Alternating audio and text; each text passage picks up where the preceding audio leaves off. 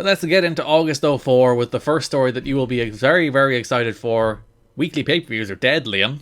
I mean, about fucking time. At the start of the month, the word within the cable industry is that TNA officials are strongly considering the idea of abandoning the Wednesday night pay-per-view format in... I love the cable industry. I really hope the cable industry has, like, their own dirt sheets. Where, like, DirecTV is like, TNA are thinking about going to Sundays as opposed to those weekly Wednesdays, huh? And there's someone who's, like, got their subscription to Cable Observer, and they're just like, ooh, gotta post these screenshots to Twitter without giving credit. In favor of producing monthly events on Sunday nights. TNA has yet to clear this plan with its distributor In Demand, but that doesn't appear to be a concern. In Demand, like, they're doing no numbers, we don't care. They're like, do whatever you want, man. Among the main motivations behind the move is the feeling that DirecTV officials have given up on the weekly concept. They have, so should TNA, but would be more likely to carry TNA events if they were held monthly in the traditional Sunday night time slot. There are still other issues the company need to work out with In Demand, particularly how much the satellite company is owed because TNA failed to meet its number of weekly buys that were guaranteed in the contract, because they're doing as low as 6,000 a week now. But they think if they move to a monthly pay-per-view at $29, they could potentially make more money than the weeklies do. Then the following week, they officially announced that details of TNA's plans for a major overhaul of their business model continue to become known despite no official announcements. September 8th will be the final live weekly pay-per-view. It's the end of an era. They'll be running best-ofs for the rest of the month. October will be dark, other than Impact, of course, and then November 7th, I believe, was the official date, will be the first monthly pay-per-view, so you'll just have Impacts in October. It's over, Liam. Oh my god, what a show that's gonna be. We'll get that done in like 12 seconds. It's the end of an era. They do intend to move toward more competitive matches on Impact after the weekly pay-per-views are over. But yeah, it's the end of the Nashville era. We're coming up on it. The next month will be the end of the Nashville era. I don't know, rest in piss. What do you want from me? I have no love for this era. You have no nostalgia for the Asylum? You think I'm gonna come here and lament this decision? No, this is the best decision I've ever made. It's not fun, I don't like it. You'll be like pining for Lollipop dancing in her cage. They got rid of that eons ago, I've moved on. You'll be thinking about all your sex memories. I didn't remember. I did have a brief sex memory, as they used the sex theme song in one of the openers for the TV this month. So I was like, oh, been a while since I've heard that. Just to bring back some nostalgia for you. Yeah, I there was a sign that was like, please don't sell out Nashville, and I was like, fuck off.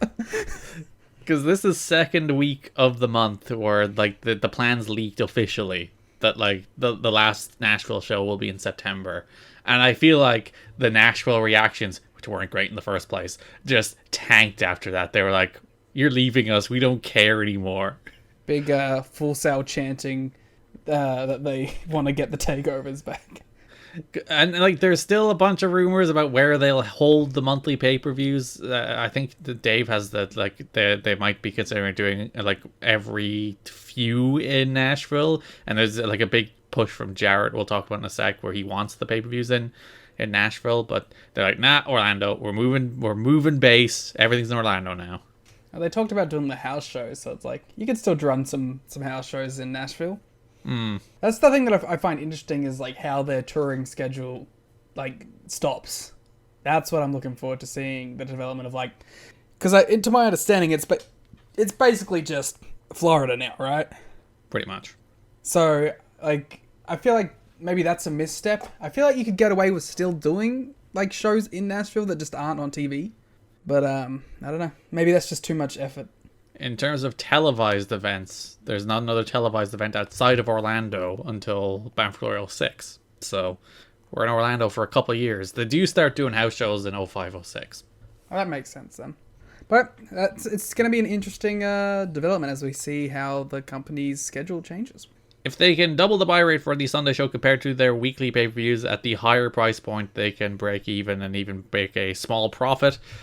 With a weekly budget of 100 grand a week for their current pay-per-views, they can cut out 250,000 of that by running in the monthly pay-per-view instead.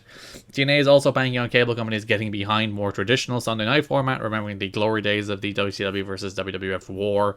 TNA will also move out of Nashville entirely, taping Impact for Fox Sports Net on Tuesdays now rather than Thursdays in Orlando, and may even start doing double headers, taping two at once as opposed to taping every week. So that's a big issue for talent, because as it is now, talent usually get about 4 to 10 dates a month from TNA. They get like Impact every week and the pay-per-view every week, and depending how many there are a month, that's how many they get. If they cut away the pay-per-views from 4 to 1, they're losing 3 in paydays. If they're cutting Impacts down from taping 4 times a month to twice a month, that's another 2. So they're suddenly gone from working 8 to 10 times a month to working 3 times a month for TNA, and suddenly talent are making a lot less money from TNA. Yeah, well, that sucks, but I don't want to watch these shows, so sorry. I guess like the trade-off here is that like I don't know where the current stance is of TNA controlling their indie bookings, but that needs to be given completely back to the workers at this point. When you're like, suddenly we're not only cutting it, it's not even in half, it's down to a third of the dates we were giving you. Just take your indie dates. We can't tell you not to work Ring of Honor anymore. But also, like, we're not going to take that percentage from your indie dates anymore. I think the companies still need that, so that's probably not going to happen. There needs to be some consideration put into place here. Is like, you're going to earn a lot less money, so maybe you have more control of your outside bookings.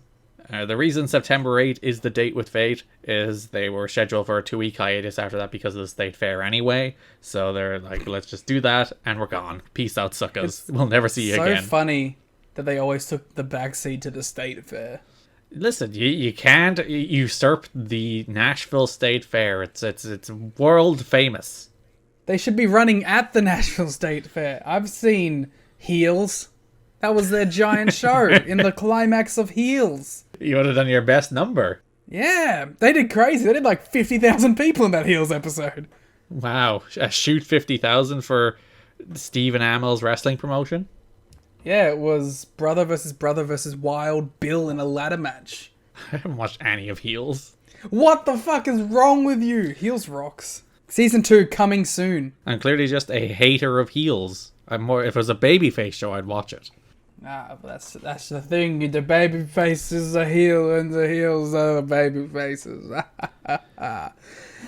Wrestling. I hope the hashtag for Heels is hashtag Heels. It should be. You should have been watching it because they had TNA footage in it. Oh yeah, they do. The rival promotion's TNA. Yeah. They had Abyss taking like barbed wire and they were like, look at this garbage wrestling happening down in Florida. So, speaking of Garrett wrestling in Florida, Jeff Jarrett apparently fought hard to keep some shows in Nashville. Specifically, Jarrett lives in the area and tried to convince Carter to hold monthly pay-per-views, but she's like, nope, we're going to Florida. There is said to be some friction between Carter and Jarrett over this move, but nothing that can't be worked out. I wouldn't mind if they alternated between the two for pay-per-views.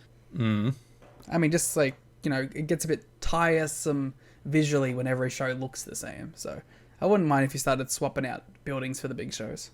On the flip side, the Asylum's a bad-looking building.